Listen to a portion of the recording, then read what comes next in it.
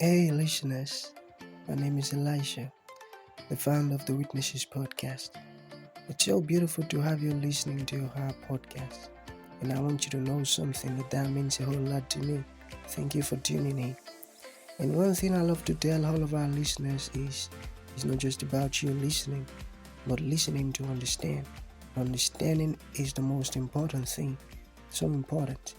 So, you have to listen, learn, and practice.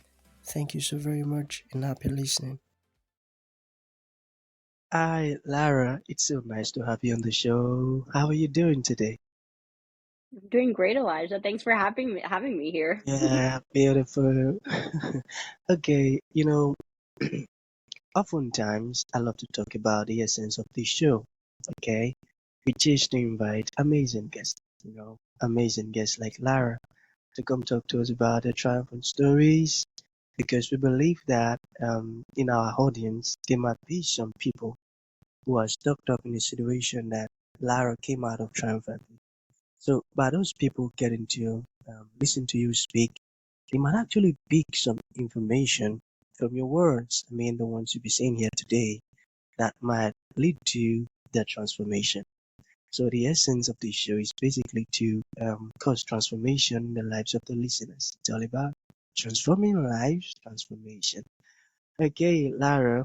Within the next few minutes, I want us to get started with your story, the challenges that you faced, and how you overcame them. And afterwards, I've got some beautiful questions for you. Okay, Lara, over to you. Great. Hopefully I can do this in a succinct way. Well, first of all, I love what you shared about your show because it reminds me of why we're here today. And oh my gosh, that was my alarm telling me not to be late to this, but it's already late. um, Sorry about that. Yeah, no. Anyways, it just reminded me that actually my word for the year is transform. So I feel like I'm at the right place at the right time. So again, thank you for having me. And what is my story? My story is largely that I have gone through life like really looking to find the things that make me most happy and that I find satisfying and meaningful. And through that process, I became really obsessed with finding a job that I actually feel really connected to. And I finally discovered two things. Actually, I feel very lucky in that I really love art. I love painting, and then I also really love coaching, which is why I built my coaching business, which has brought me here today. And then I also shared my book with you. I am in the process of publishing my first book, and it will come out soon, hopefully by the end of April 2024. And it is called Mostly Unanswerable Questions. And the reason that I wrote the book is to help people transform their situations, whether that, my focus in my career business, my coaching business is very much around career transition. And so there's a career section there where I hope to offer a lot of guidance and support in helping people figure out what they love to do and how to feel purposeful in their careers. And then there's also a couple of other sections that are just broader life advice, transformation sections. Okay. So that's why I'm here today.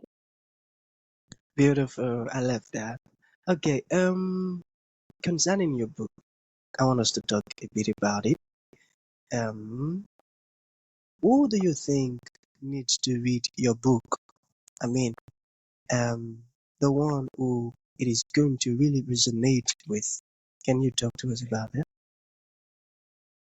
Yes. So I would start by saying that I'm a creative person, and I feel like that's something that really stands out about my life and how a lot of folks find me is through my art and sort of seeing that I've been through a lot of big career transitions. And so I would say, like, I definitely appeal to like the weird, creative folks out there who don't just want to live their life according to the rules that have been prescribed, right? Whether that's by your family or by the culture that you live in or, by the government or whatever it is, the people who don't want to just follow the regular rules, they want to step outside the lines of the boxes that we live in and really define things for themselves. So I would say anyone who is looking for a career transition or who is looking to transform in like their mindset and practice some self-development things to take care of themselves, those people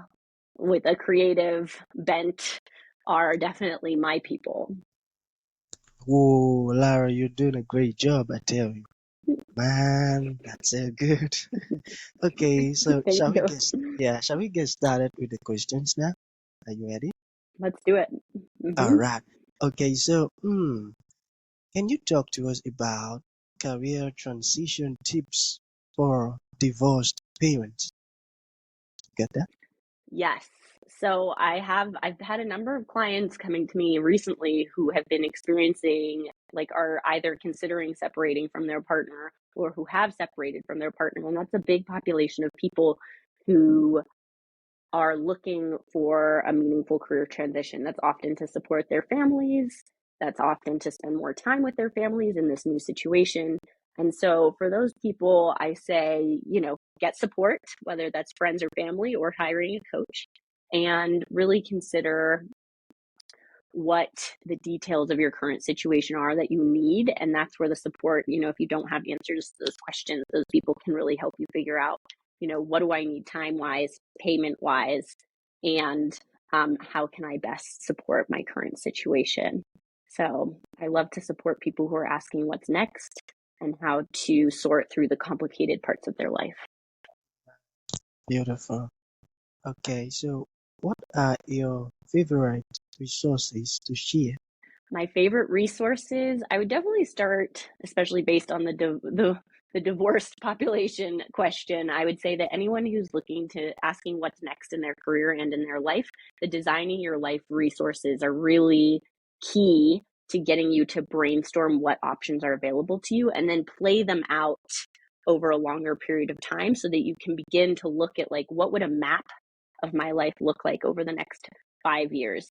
So I always recommend reading the Designing Your Life books to my clients and walking through some of the exercises, like the Odyssey plans. I'm also a really big fan of Oliver Berkman's work in 4,000 Weeks that's really looking at the ideas behind productivity versus like doing things because they're meaningful to you, and sort of challenging the status quo around, you know, capitalism and productivity and like how to live a meaningful life. Wow. Okay, let's go on. We still have some questions here. All right, so let us talk about coaching for a moment. So, what are the most powerful things about coaching?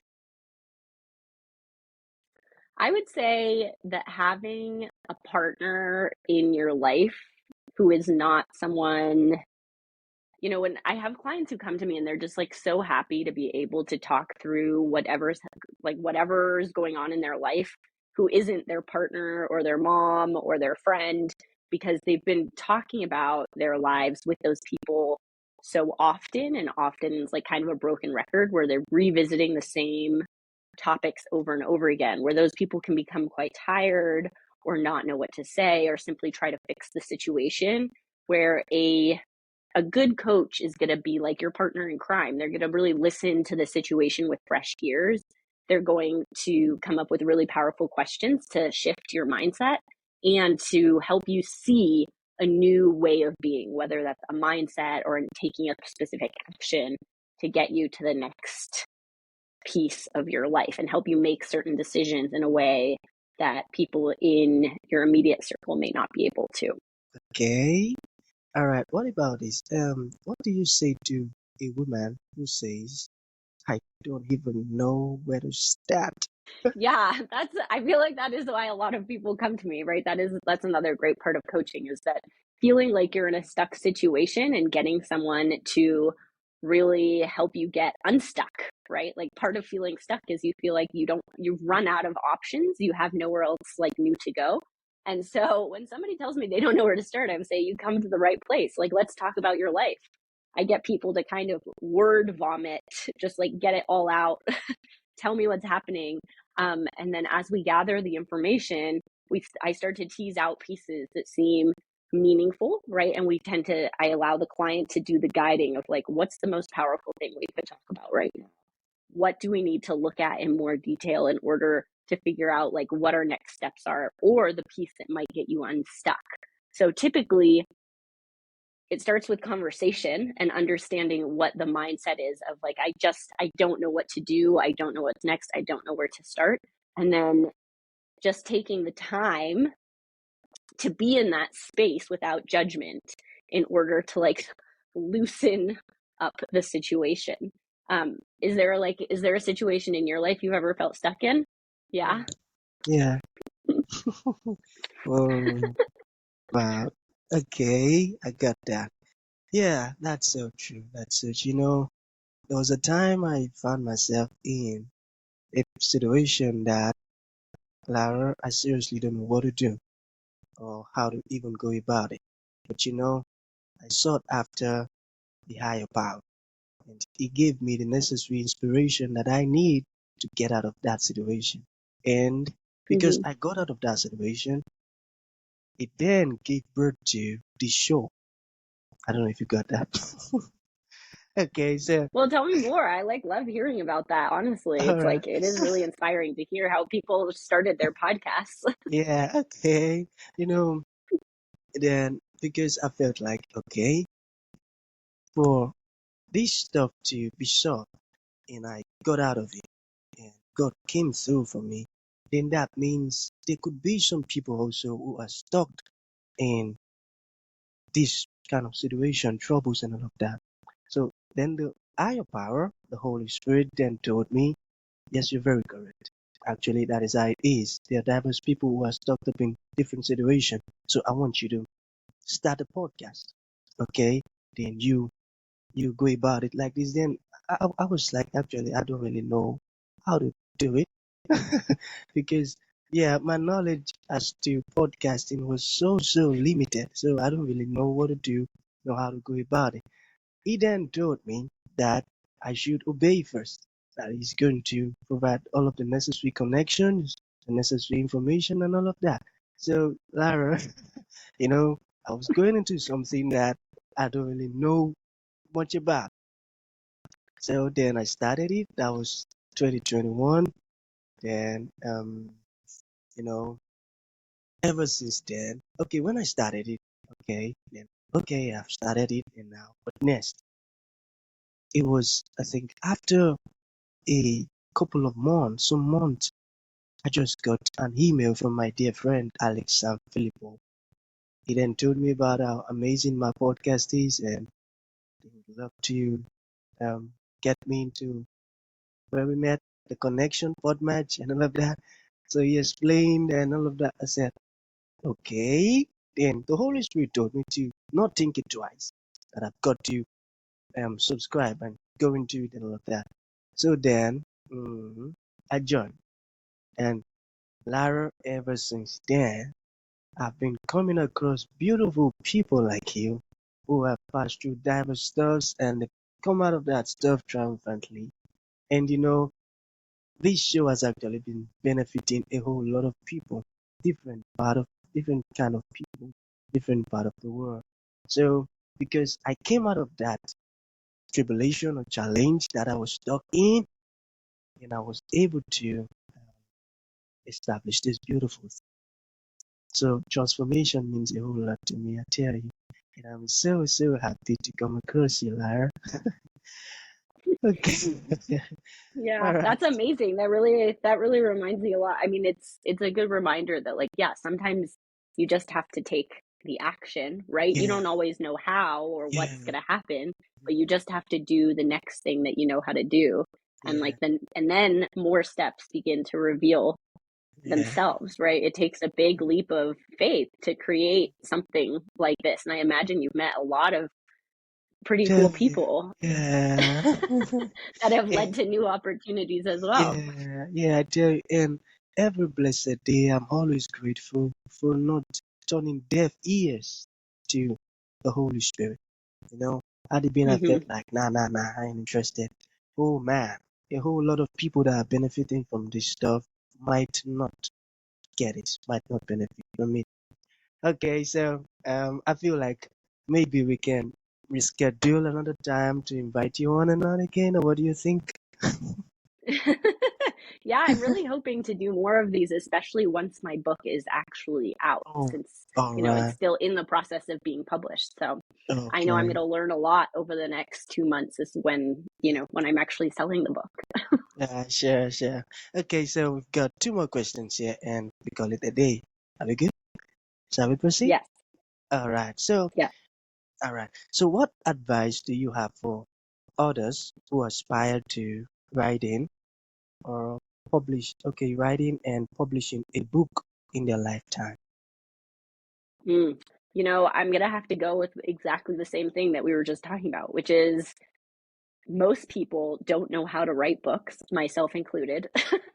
So, like, you just have to start, right? Like, you just have to do the next thing that you know how to do. So, you know, as long as you know how to write, whether that's by hand or typing on a computer, like, create the content, just go for it, let it out. That's the part that I'm really good at, is just like creating lots of content, right? Like making the painting, writing the thing on in a document. It's the editing process that I think becomes much more difficult. But yeah, I mean, from a just start standpoint, I think the thing that holds most people back, similarly to what we were just talking about, is that they don't listen when the inspiration arrives, right? Um, and so starting is often the hardest part of any project. It's just looking at the blank screen, looking at the blank canvas, listening to the voice that's saying, hey, you're being called to create this thing, so go make it, right? And so my advice to people is, like, get over it, get over the fear of starting, and just put something on the page, because every time you do that, you're creating your next book, your next podcast, right? Your next Instagram following, your next newsletter, whatever it is. So it's just one day at a time. One day at a time. Beautiful. I love that. Okay, so in conclusion, all right. Let's say there is one piece of advice you'd like to give to the audience. Okay, maybe as to career transitioning or as to whatever advice it could be. What would that be? And let's say there are some ones who are listening and they felt like, oh my, I really need to um, learn more about Lara and get a book once it is out. How can they stay in touch and learn more about you? Yeah, thank you so much for asking that question. So I'll answer the book question first. To learn more about me, you can go to my website, Lara Buelow, LaraBuelow.com. I have a book tab there, and you can learn all about the book and get on my book launch team, so you'll get all the latest updates for when it's coming out and will go on sale, including the initial sale that I will do for like $1.99. You can get the book. So that's all for when the book comes out later in April or May. And then, as far as advice that I would get to give to your listeners, I would say, like anyone who is in Elijah's audience, my advice would be really listen to the people who are coming on here and having these wonderful conversations with you, and then take one action that you hear from the people. Take one, whoever's advice you like the best, whether it's Elijah's or his this is podcast guest's advice. I would say take action on it. Go out, find a friend to help you to stay accountable, get the support you need as far as like career transition. Just say, hey, I want to do this thing. I want to change my career. Make sure that I'm taking action on this, like at least every week. So find the piece of advice that you like best, and then start taking action. That's my advice. Beautiful. I love that. Okay, Lara, it has been an educative and beautiful moment with you on the show, and I love it. So that's going to be the end of the show, Lara. Thank you for your time. Thank you for honoring the invite, and thank you for coming. It means a whole lot. Thank you so very much. Thanks, Elijah. Thank you for tuning in to this incredible episode. Your support means the world to us, and we truly value you. We look forward to having you join us for the next episode. If you enjoyed what you heard, please consider rating and reviewing us on Apple Podcasts. Your feedback is greatly appreciated.